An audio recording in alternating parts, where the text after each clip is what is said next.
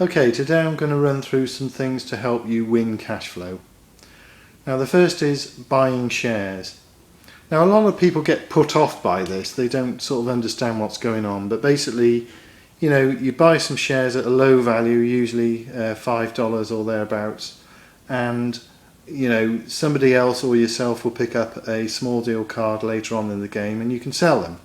And sometimes it can be the very next card that somebody picks up, so you can make a quick profit very easily. So it's an ideal way to just generate a bit of cash, which is of course the whole point of the game. Now, if by chance you happen to pick up the $1 card, that's this card where share prices are much lower than they normally are, then you really are onto a winner, because you can really leverage your money, generate lots of cash. I would even go to the extent of borrowing up to $10,000 from the bank purely just to fund buying 10,000 of these Mighty For You shares. Now obviously be sensible, you needn't borrow that sort of money from the bank or borrow money at all. If you can use your own cash, then all the better. But always remember that this card really can be a winner. Right, now the next thing is property deals. Now these can come in all various types. I mean, this particular one isn't particularly good, but you will learn that once you get used to the figures involved. This one requires $4,000 down payment for a cash flow of 200. I mean, always go for property deals if you can possibly afford them, because they generate cash flow, and again that's the point of the game. However, some are better than others. Now, if you happen to pick up this particular card which has a negative cash flow, this basically means you lose money as the game progresses, but only $100, but it's so important to realise that if you do buy this card, you do have the chance of selling it later on if somebody picks up a market card or you pick up the market card. If somebody's offering you $135,000 for a 3-2 house that you've just bought a cash flow of minus $100, it's well worth it. So don't reject a property deal if the cash flow is either negative or not very good. Always go for property deals if you possibly can. The next thing is paying off debts. These are under the liabilities on your sheet, and essentially you've got a retail debt of $1,000 here, for instance, if you're a truck driver. That, if you pay that debt off, it will reduce your expenses by $50, whereas if you pay the credit card debt off of $2,000, it will only pay off $60. So essentially, the retail payment is much better to pay off, because it's only costing you $1,000 and you get 50 more cash flow, whereas the credit card you're paying off $2,000 for only a tiny bit more cash flow. But essentially, if you've got the money, you should try and pay off these small loans to just reduce your expenses and make this figure as low as possible, so that you can move on in the game.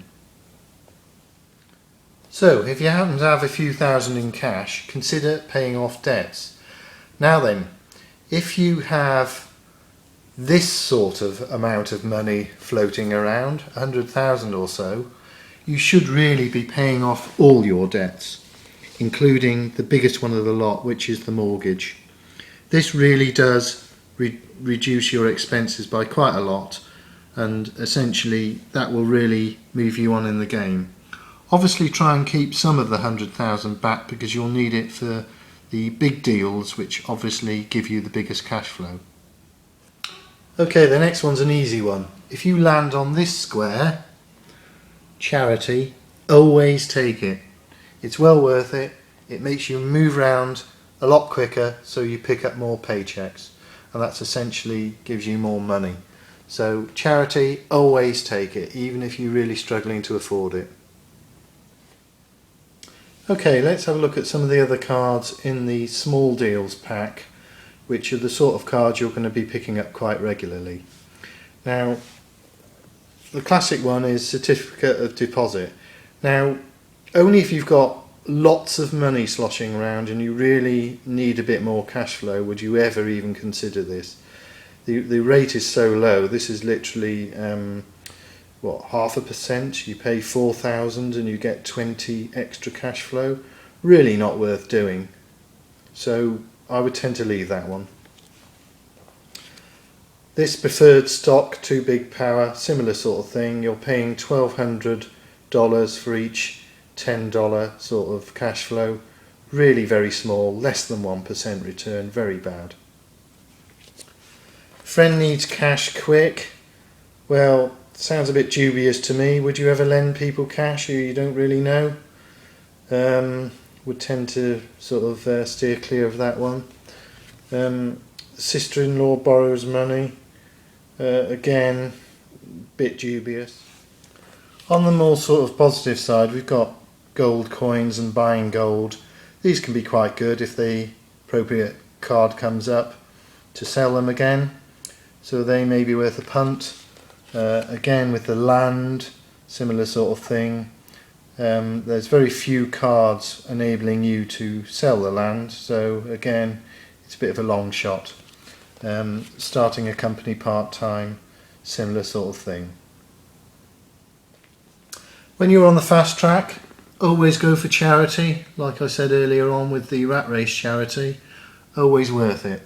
And that's permanent when you're on the fast track, once you've paid that one-off fee. Always buy green businesses if you possibly can, even if they're not particularly good or whatever. And the betting type ones where you have to just sort of roll the dice and get some money, again, always go for them, even if they completely wipe you out of money, because you very quickly will go past a cash flow day square and you'll be able to get your money back, basically. So a couple of things there on the fast track. So there are some things to think about when playing cash flow to give you the edge and to help you sort of play a better game.